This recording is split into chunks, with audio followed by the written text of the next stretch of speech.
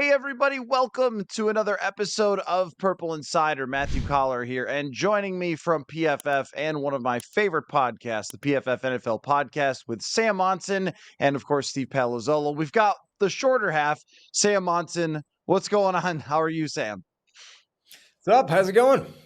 Oh, I'm just looking at the wake of destruction that Josh Dobbs left from being traded away from teams.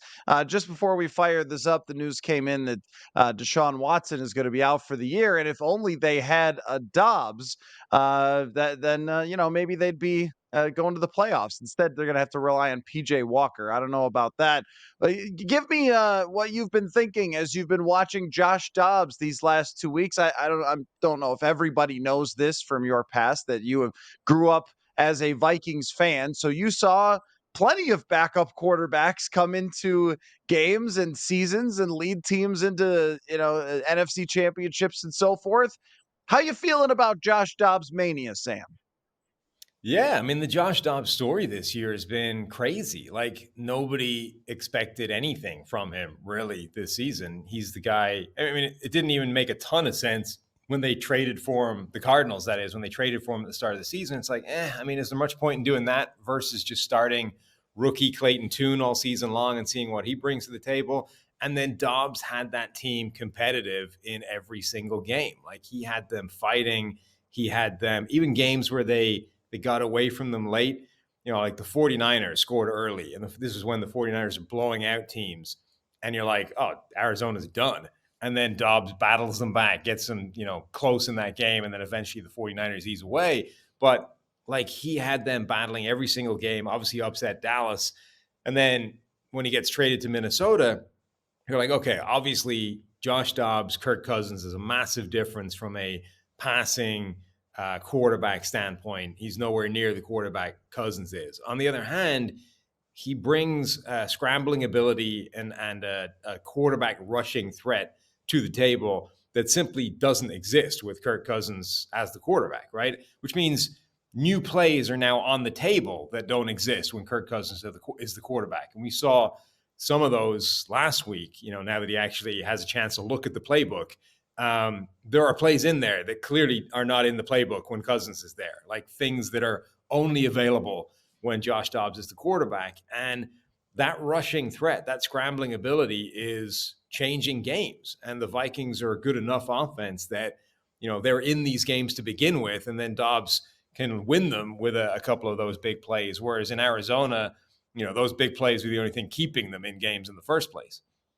Well, maybe they should have just had zone read in there for Kirk Cousins. Maybe that was the big mistake that could have gotten them over. No, probably not. But the thing about Josh Dobbs, I have to admit, I didn't watch a whole lot of Arizona this year. And I know it's been a bit on your show that I think it's you who watches Arizona, but Steve doesn't pay much attention to Arizona for maybe good reason. There was no real reason for me to think when they traded for Josh Dobbs, oh, yeah, this will be the thing that gets them right back on track and takes them to the playoffs. I thought that they would win some games because they have a great setup, good offensive line, and a defense that just seems to be getting stronger each week.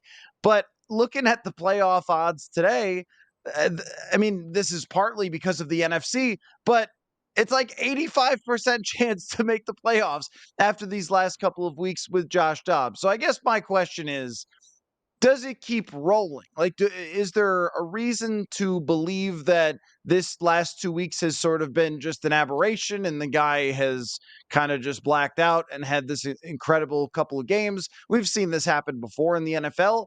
Or do you think that the skill set is there to keep it going? I mean, the big thing is you look at Minnesota's schedule. I mean, that was one of the things we were saying when they traded for him is like, look, obviously this is a downgraded quarterback. When you lose Kirk Cousins, it's going to be difficult to patch that up mid-season. But because of that rushing ability, because of the extra dimension that Josh Dobbs does bring that can kind of offset some of that loss from a quarterback standpoint, from a passing quarterback standpoint. But then you couple that with their schedule, right? That's where I think you're looking at it and saying, they have a real shot of going on a run, staying alive, and making the playoffs from the NFC. And they started that with 2 wins. Now you've got Denver, Chicago, Vegas, Cincinnati, and then those 2 games against Detroit towards the end of the season. And those are the ones that are going to determine, certainly the division, but potentially even their playoff lives, depending on how the rest of the games go. But, only one of those games looks on paper to be a very difficult game. And that's against a team with like a 500 record. Like, we just assume Cincinnati is better than their record shows at the moment. But the rest of that schedule, you're looking at that and saying, given what we've seen from Josh Dobbs so far, I mean, they should make the playoffs from this point. Okay, so I want to play just a little mind game with you here. I'm going to ask you a few things and make a statement, and you could tell me, is it too far? That's the game. Is it too far? So I will intentionally step the line, and you tell me if it's too far. If I were to say that I think the Vikings with Josh Dobbs, if they're playing the way they have the last couple of weeks, and he's running the way he is, and Justin Jefferson comes back, if I'm the rest of the NFC, I'm a little nervous about those Vikings all of a sudden because they've got a different playmaking element in the at the quarterback position, and they've survived being without Justin Jefferson. And Brian Flores' defense has been a top 5 defense over this entire winning streak. I'm a little scared if I'm another team in the NFC of the Minnesota Vikings. Is that too far, or am I going over the line? I think if Dobbs keeps playing the way he is from a passing standpoint. So one of the things that's jumped out so far is he hasn't put the ball in harm's way throwing it yet for the Vikings, right? Like the first game when he came in, obviously there were the fumbles, and that was the big problem. But what amazed me about that performance is there wasn't any play for a guy who basically didn't know the playbook where he and a wide receiver were on different pages and he threw the ball right to a linebacker, right? Because he was expecting a guy to be there that wasn't. I couldn't believe there were none of those from that first game. And then the second game, he's been clean as well in terms of passing it. He hasn't had a particularly good turnover-worthy play rate in Arizona. Now, that's Arizona. It's a bad offense. You wouldn't expect it to be good. It might be better in Minnesota. But, so far from his career, he hasn't been a tremendously sort of turnover averse, risk averse type of quarterback with the football.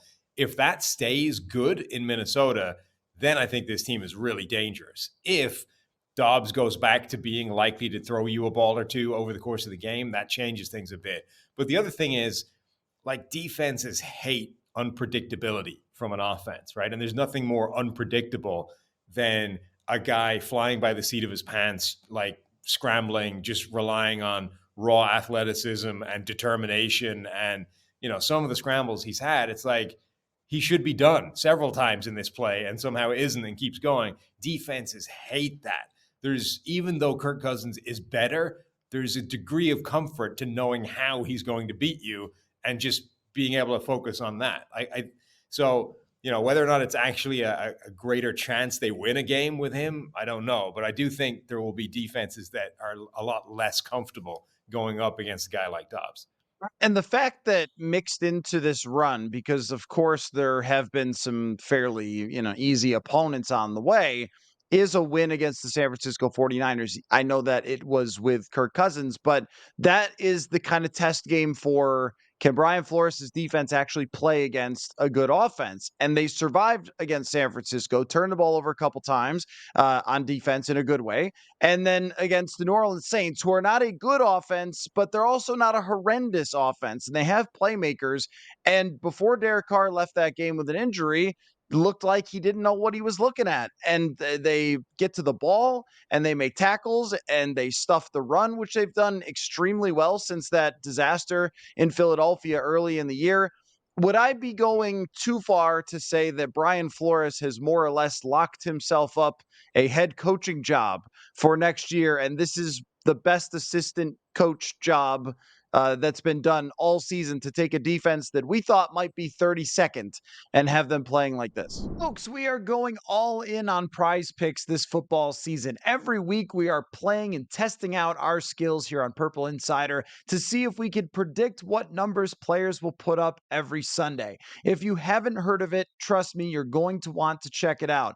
Prize Picks is the easiest and best way to play daily fantasy. Instead of battling against thousands of other players players and people who spend their entire lives doing fantasy, all you do is pick more or less on between 2 and 6 player stat projections. So, say a quarterback's number is 250.5 yards, go more or less, and bang, you are playing. And you can pick from hundreds of players and numbers this football season. The cool thing is that it's quick and easy and does not cost an arm and a leg. You can turn $10 into 250 just like that. Again, the perfect way to fit it into a busy day.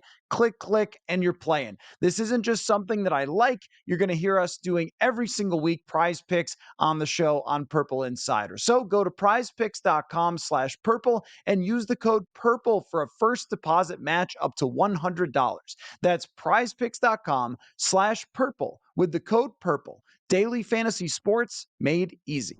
I definitely buy the second part. I think the first part is going to be determined by things that aren't relevant to his, job this year, right? It's all the other stuff. It's the first time around. It's the lawsuit. It's all this kind of thing, right? That's going to have teams focusing on him as a head coach. The coordinator part, though, like I don't know that there's a better job being done right now by a coordinator.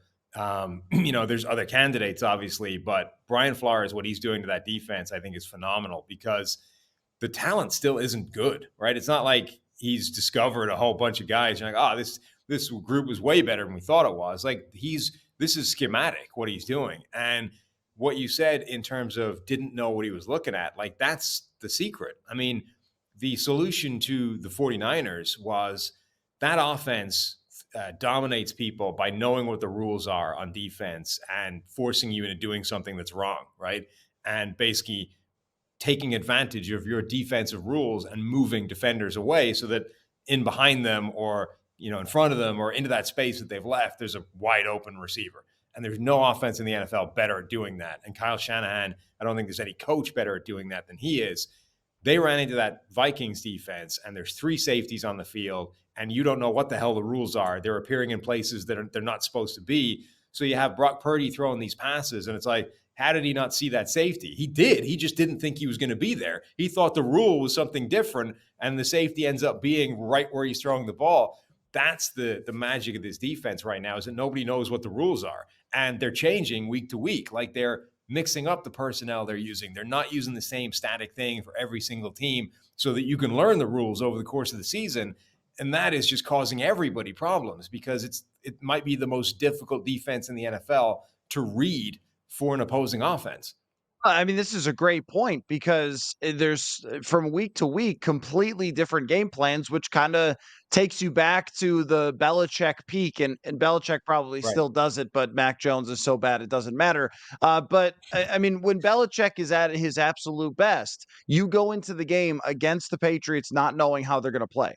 And one week, Brian Flores just didn't blitz all that much. It was like, oh, okay, I guess we're not doing that. And then other weeks he's blitzing 80%. That's been the main focus, but also, like you said, the coverage, but the personnel. There was one game where they played 19 different players on defense. 19. Right. I mean, how do you prepare for the entire defensive roster to show up on the other side of the field? And what he's doing, and I asked him about this, about player development. I said, like, what's kind of your theory or your key to player development? He basically said, I know every one of these guys could do something well, and I'm just going to use them in those ways. But everybody says that. And the way that he has been able to put the puzzle pieces together, and it's really, Sam, changed the way I've thought about defense and the defensive coordinator's impact. Because I've always very much been look, personnel. It's just personnel. If you got great players, that's it. But I think where we see it is, can you take a player who is a C minus and make him a B? As a defensive coordinator. And if you do that with like 5 or 6 guys and they go from then this is the Vikings defense, a C minus player that is kind of fringe starter to an average player, then you've got one heck of a defense. And I think that's what he's been able to do here.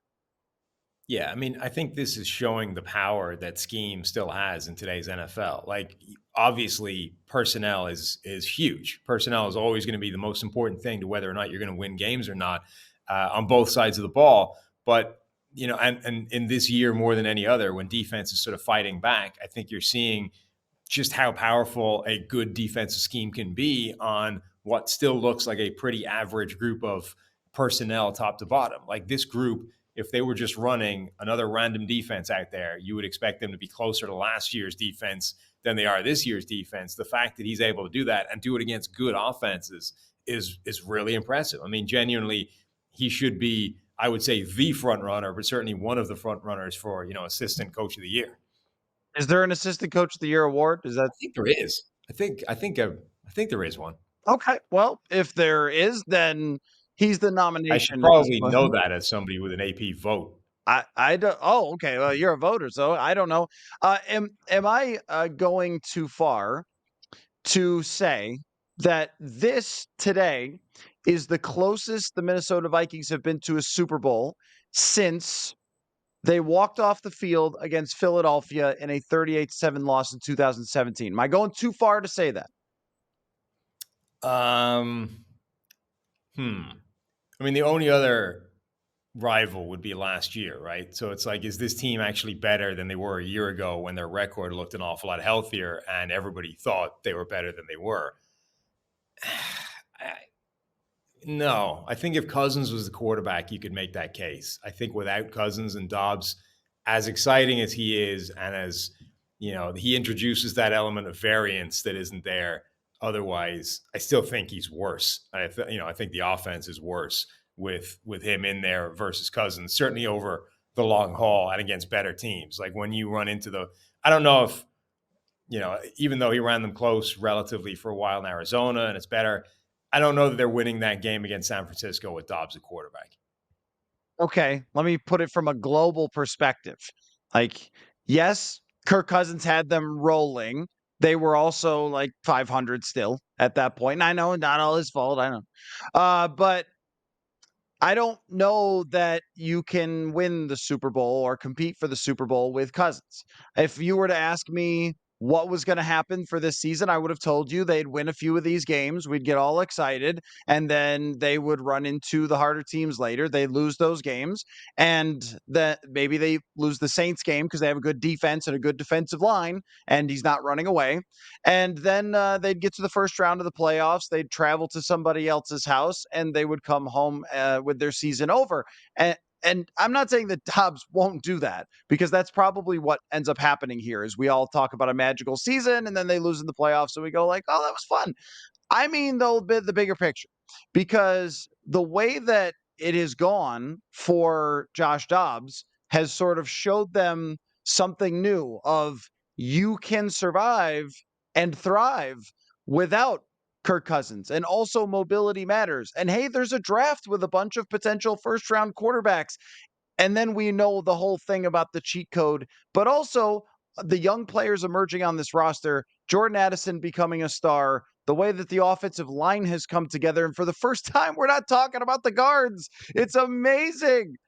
I think from the roster up and coming strength, it feels a little bit like 2015-ish Vikings, where you could start to see it. That, and then with the potential of drafting a quarterback and building around that quarterback, we know that's the way to reach the Super Bowl or to build a strong Eagles-like roster. What about from that perspective? No, I mean, certain. Even if you just look at it and say, look, last year's team won 13 games, and this year they might win 9 this year, and look, they're no less likely to win a playoff game than they were a year ago with the vastly different records, if that's the way they end up being. So from that perspective, I think it's true. I agree. I think that the foundations are better now than they were there then as well. And the quarterback thing is going to be a really interesting offseason discussion, like whether Dobbs keeps playing the way he is, whether he can force himself into the conversation. The fact that Cousins tore an Achilles at his age makes that an interesting discussion. Like, I assume the plan was to kind of put a stop on the Kirk Cousins thing, but his price may have just gone way down because of his age and the injury. Like, he's no longer likely walking over into a big, well-paying job somewhere else. He might actually be a reasonable cost to bring back and do it all over again.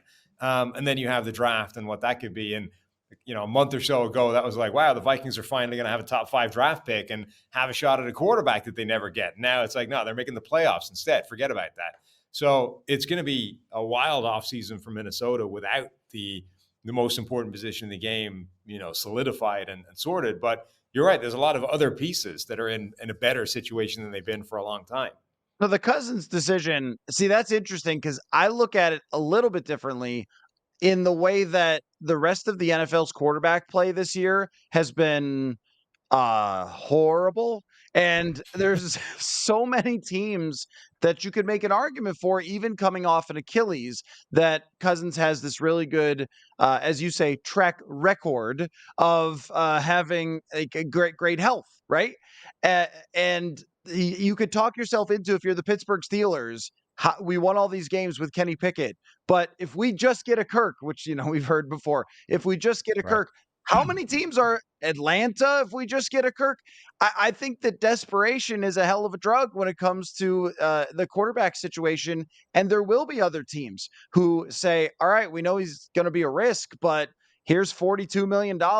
And if you're the Vikings, with Jefferson going to sign his contract, Darisaw is going to sign a contract, I think they should bring back Danielle Hunter by any means, because he's leading the league in sacks and he's just showing no signs of slowing down.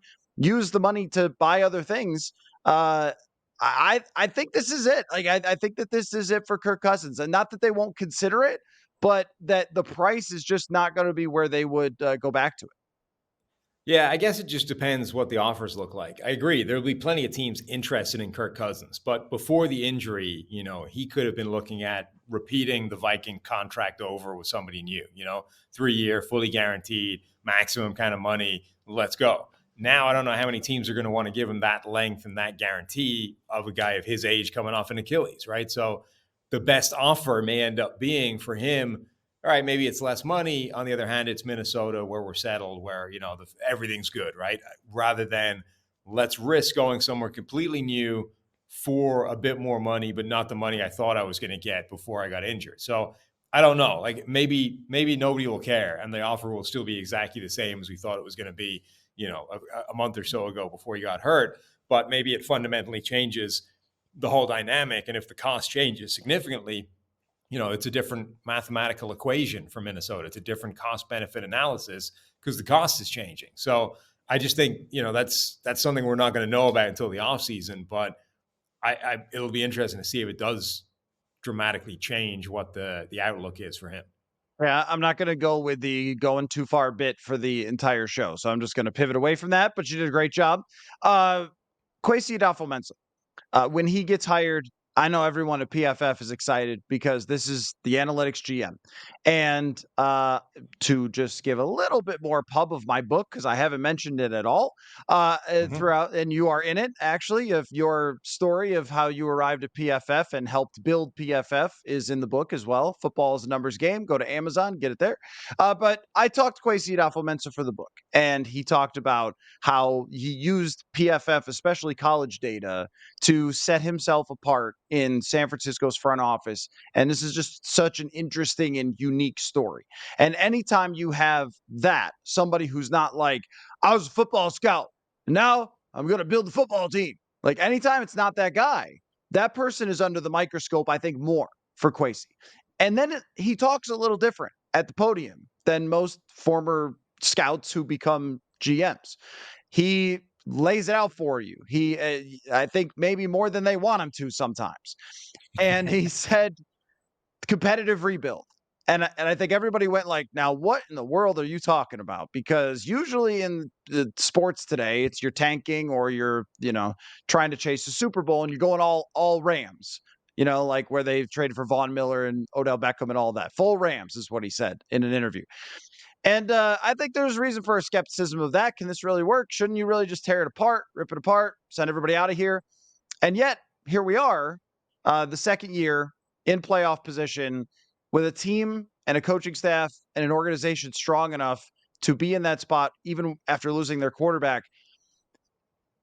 What are we feeling about the way that Kwesi Adofo-Mensah has handled from the starting position where he took over to transitioning, I would say like 80%, 90% of the roster out of here to now feeling like they have a young roster that can compete for years to come? Yeah, it's interesting because the first year of him being there, you're like, I don't really see what's different. We're making sort of individual different personnel moves, but the same, like the focus seems to be the same. We've basically just got rid of the captain and stayed on the same course. And that was the sort of big problem of the Vikings for years, that we're doing the same thing over and over again, getting the same results, and nothing's changing. So you change the guy in charge, but the things were still staying the same. And this year is going to be strange because it's obviously been a really weird year where you have all the losses at the start. You climb out of the hole. Cousins goes down. You bring Josh Dobbs in. That's this like weird, like incredible story, exciting player to watch. And we might actually end up, okay, there are some things that are different. The roster's turned over. It's younger. But we might actually end up being basically in the same place again, which is it's a reasonable team. They're going to win enough games, sneak into the playoffs, make the playoffs, whatever. Probably either win one game or lose immediately and get bounced out and start all over, right? And you look at, okay, now let's what do we do next year to build on that? And that's the big question. Like, we still have a massive quarterback problem. One of the biggest sort of positive changes has been what we talked about before. It's the coach, right? It's schematic, right? We didn't fundamentally overhaul a defensive roster. We just brought in a guy who knew what he was doing, and everything looks better. So on the one hand, you kind of look at it and say, yeah, it feels better now than it did previously. But is it actually just the same with like with a facelift? Have we done anything different here? Or is this just the same thing dressed up slightly differently and we're being suckered again? So I think it will be a big offseason for them. I think it will be a feel-good type of vibe given the way the season went. I think there will be a lot of reasons for optimism. There's a lot of encouragement with the young players that they have. And then it becomes a huge offseason to figure out, number one, what the quarterback plan is, and number two, how you build on that next year. And honestly, next year, I think, becomes the year where you judge them on, right? Because that's where, like, this season will set you up with a platform to show that you can actually take that next step. And if they can't take that next step, then we've just done the same thing all over again. We just spun the wheels. So when I think about Kwesi, I think about what a lot of general managers who are of the modern era talk about, where it's like their process and they don't judge short-term results. And I mean, that should be maybe what we looked at last year. Like, don't judge sort of the short-term, hey, we're trying to prove that it was Zimmer's fault, and then we definitely did last year by winning 13 games, and they made short-term moves that I thought, I don't know, like, why you're making short-term moves when the answer is going to be the same at the end. And it mostly was in losing to the New York Giants in the playoffs. But having seen then another offseason and a larger sample and starting to get the idea of what the process was going to be like, I don't like process over results, because results get you hired or fired or put a ring on your face, right? Like, results matter a lot. They're everything. But I think that what we saw was a smarter draft that they had this year. Really, really smart to not extend Kirk Cousins. Imagine a 36-year-old coming off an Achilles injury on a 3-year deal who was going to be paid $45 million next year. That would have been a total calamity. I didn't even know what would be the reason to believe in this team going forward at all if that was the case, right? I mean, because that they haven't done anything before, and then he's supposed to be better after an Achilles injury. I don't know, man. Kendricks, Thielen, Dalvin Cook looks horrendous with the New York Jets. I mean, all these things to me are, I don't know if it's going to work out. Sometimes Jake Delhomme takes a team to the Super Bowl. Football's weird, but I think that if you make decisions this way, that in the long run it's going to work out. That's how I look at this, as opposed to when Spielman and Zimmer are at the helm and they're panicking to try to get back to the NFC Championship, and it's just like, Breland, like, Sheldon Richardson, is he still around? Bring him in. He'll save the season. Let's sign a nose tackle because Michael Pierce is the reason that we're going to go somewhere different. Like, that is where, to me, it separates from what they had done before when they were a middling team.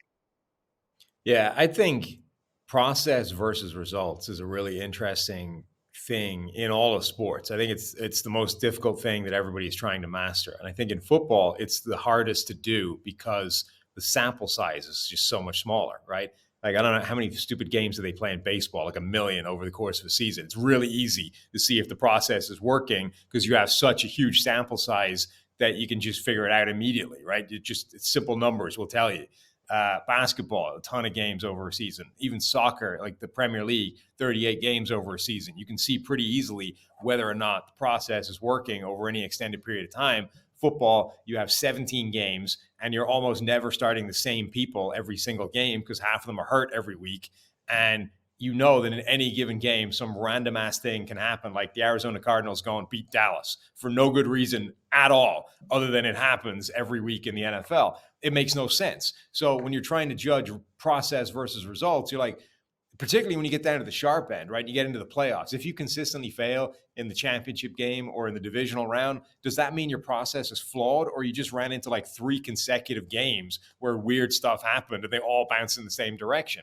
It's impossible to tell. So I think you're right. You have to start judging it by like almost philosophical situations and how does that work out over time, and jettisoning running backs on giant bloated contracts that probably aren't making a big difference is a good process move in the right direction.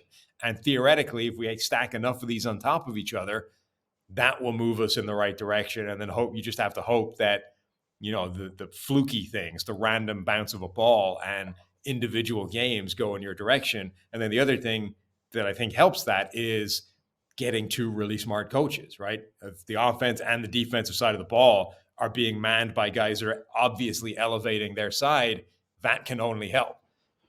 Yeah, I mean, I think about so there's 32 teams, but on any given year, like maybe 15 of them matter in some way, if not even like that many. And so okay, the Vikings are always in the 15 that matter. They're always in the playoff race, they're always there. How can you weigh your odds a little bit, just a little bit? Because all those franchises are smart. They all have good coaches. There's a ton of good coaches around the league. But how can you weigh your odds within a world of, Howie Rosemans and Nick Sirianni's and, Kyle Shanahan's and John Lynch's that are doing things at the cutting edge level? And there's another thing too here, because of course, all of this often comes down to the quarterback and how the quarterback plays. But there's another dynamic that's emerged in the NFC that is so strange, because it's like, if you're in the AFC, you better be a great quarterback if you're going to win there. And yet, over in the NFC, it's kind of like, the picture with the dragons and the one's kind of like twisted and goofy looking. The NFC's Yeah. twisted and goofy looking when it comes to the quarterbacks. Brock Purdy, Josh Dobbs, you're like, oh yeah, playoff teams. That's exactly what I mean. I wonder about this for going forward, because it doesn't look like it's going to change in the very short term. It might be within the next couple of years where the draft picks start to go and hit in the NFC. But when it comes to the approach, because here's what I'm getting to. Kwesi Adofo-Mensah's process, I think so far through 2 years, has been very, very good to put themselves in this position. And when you're winning as many games as they have in the regular season, it's not just some random BS, right? But the decision of whether they can ever get to somewhere special is going to be at that quarterback position, and everybody knows. And this is the unfortunate thing about being a GM in the NFL, is that if you land it, you get to be a genius. Like the Houston Texans, genius, smartest team ever. If they had drafted Bryce Young, they'd probably look pretty dumb right now, right? But that's life, right? In the NFC though, it's like, I feel like your odds, if you just build a good team, are so much better than they were. So there's like all these dynamics that are at play when it comes to grading the general manager. But I wonder if that will impact what they do at the quarterback position. The fact that there's just not special Mahomes, Allen, all of a sudden CJ Stroud's in this conversation for great quarterbacks in the NFC. The other thing, though, is that it's never a static picture. Like the league changes and evolves and shifts. And this is a really interesting year for that happening. Like we know kind of big picture, defense is fighting back, right? Scoring is down. Offense generally is down. Defenses are having success the way they haven't in the past few years. There's a bunch of other like really weird numbers that are way down as well. And you've got guys like the Buffalo Bills firing their offensive coordinator, even though when you look at the numbers, like it's difficult to find a stat where they're not ranking in the top 3. That offense, by almost any objective measure, is cooking relative to everybody else. And they're like, this is a joke. Get rid of this guy. Fire him. This is not working, right? And you've got somebody like Josh Allen, who is shown to be one of the best quarterbacks in the NFL, leading the league in interceptions. And if this current trend continues for a period of time, we might be shifting completely the type of quarterback that has more success or the type of quarterback that struggles more. Like you were, to a degree, over the last couple of years, rolling the dice on people like Josh Allen because the high end was the important thing, right? If he puts it all together, that's what we want. Now you're looking at it and saying turnovers may never have been a bigger problem than they are now because defenses are forcing quarterbacks to be more conservative and more patient and pick things up slowly over a period of 10 plays. If you turn the ball over, that's just torpedoed like a quarter of the game. So now, like, again, you got the Bills. The only problem with that offense right now is turnovers, essentially, statistically, right? It's doing an incredible job, but they're turning the ball over at an insane rate. And even an offense that ranks top 3 in basically everything can't overcome that volume of turnovers. So now you're like, well, is Josh Allen, does he just become a worse quarterback now than he was the last couple of years because defenses have changed and the game has changed a bit? Like, this is stuff that GMs, like, they got all the other crap that they've got to do in the day to day. And in the back room somewhere, like, there's a Friday meeting, 9 to 10 a.m., dedicated to like this discussion. Like, is the game actually changing? And do we have to rework all the math on this board because none of it is applicable anymore? We've just shifted what quarterbacks are supposed to look like in today's NFL. Like, that's why the job is such a nightmare. Like, everyone, you think it's just, we decide about this player and this player. We, make a discussion about a contract or whatever. But like, this stuff has to happen at the same time. You have to figure out what the hell is happening in the NFL during the course of a season. So I think it's a great point when it comes to the longer drives and the fewer possessions and the heightened element of turnovers, which also probably jacks up the randomness a little bit. I also think that some of the defensive numbers from the bigger picture are in part because teams have taken on the we're going to be first or last, the Ricky Bobby theory.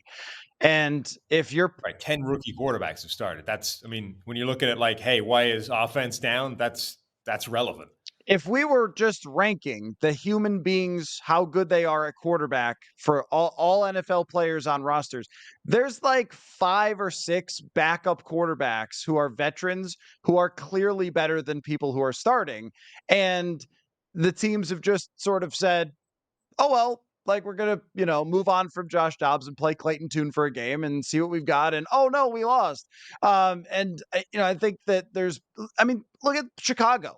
They had PJ Walker as their backup. I'm sure they could have gone out and gotten somebody who's a veteran. And they were like, we'll just have Tyson Bagent. And if Fields goes down, we'll draft higher.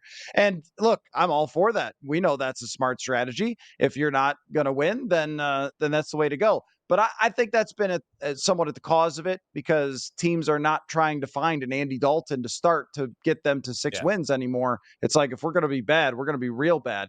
But anyway, I didn't want to keep you all morning. You already got stuck in traffic, so it's been a rough one for you. I did want to ask you though, what your favorite thing going on in the NFL is right now. What is your favorite story? What are you the most excited about? Other than, of course, Dobbs Mania, which is taken over. Is Dobbs Mania is not even good. We need something better than that. But that's what I've been going with. But what's the most exciting thing to you in the NFL right now? I mean, I think part of it is this battle that we're talking about of defenses fighting back, how it's working, how it's impacting offenses, how it is changing. I think that is a really interesting dynamic that's happening right now. The Josh Dobbs thing is great. I would even extend it. I think so. You can debate where the level of the average quarterback is now, right? That it might be the same as it's ever been, but I do think that the style of the average quarterback in today's NFL now is more exciting. Like, we have more interesting, fun to watch quarterbacks than ever before, right? The if you go back 10 years, like, your average mid-off of NFL quarterbacks could have been disgusting. Now you get like Sam Howell versus Josh Dobbs. I'm in. I don't even care what the result is. I am here to watch that because those two guys are incredible to watch play. And there's a whole bunch of those guys. It's wild. Like, these quarterbacks that might not be great, might not be terrible, are somewhere in the middle, but have all of a sudden become wildly entertaining to watch.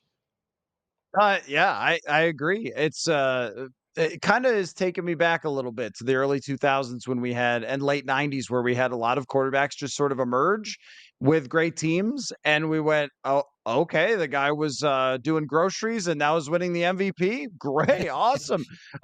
Every Favre backup just became like a good NFL starter, and I like that we're seeing some quarterbacks come from other places than just the top of the draft and emerge as running elite offenses. And like, there's this opportunity that feels like you can build the great roster and drop somebody into it.